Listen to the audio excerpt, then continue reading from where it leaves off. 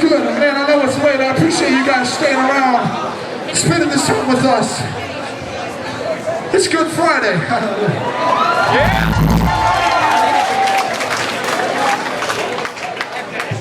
You know, today, for some reason, I'm being reminded of a kid I met in Tulsa, Oklahoma one time. And he was maybe 21 years old, and he had just gotten back from serving his first tour in Iraq. And he came to me and he said this. He said, "Man, I've killed people.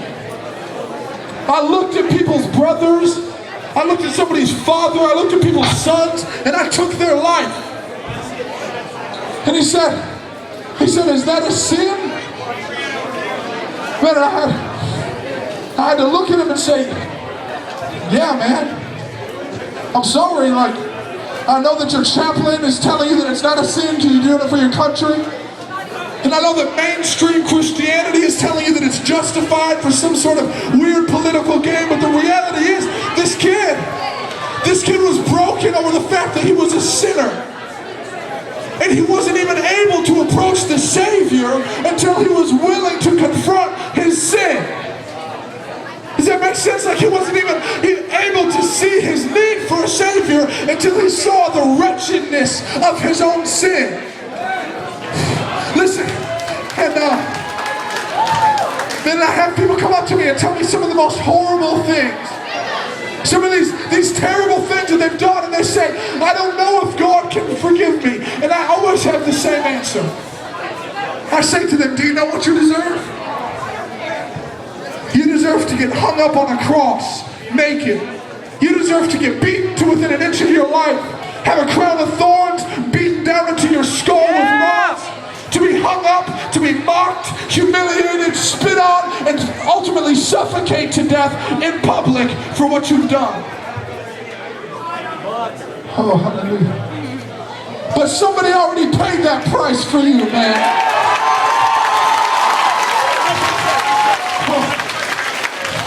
Somebody already stood face to face with the wrath of God, so I would never have to. His name is Jesus.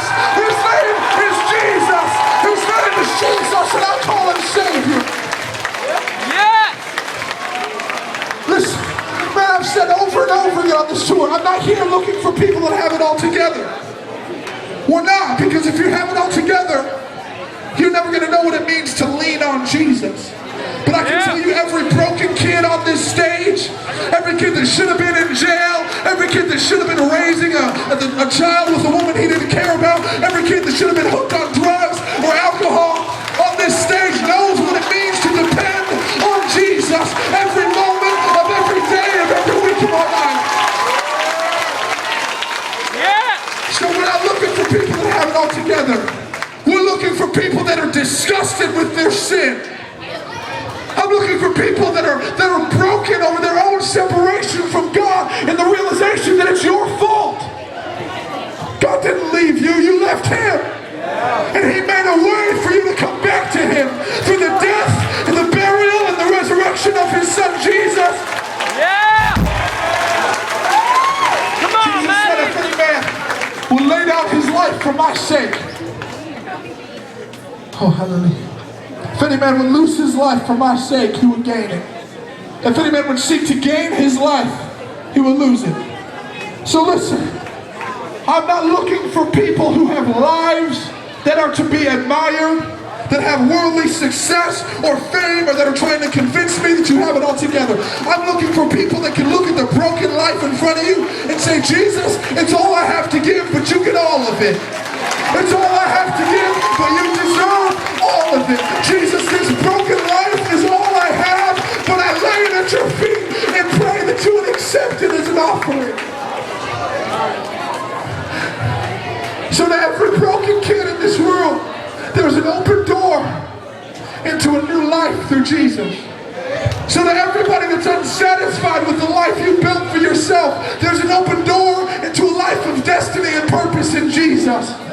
Oh, to every sinner, to every reject, to every outcast, to every kid that knows they were born for revolution because something's gonna change in this life, there's an open door for you in Jesus. your invitation.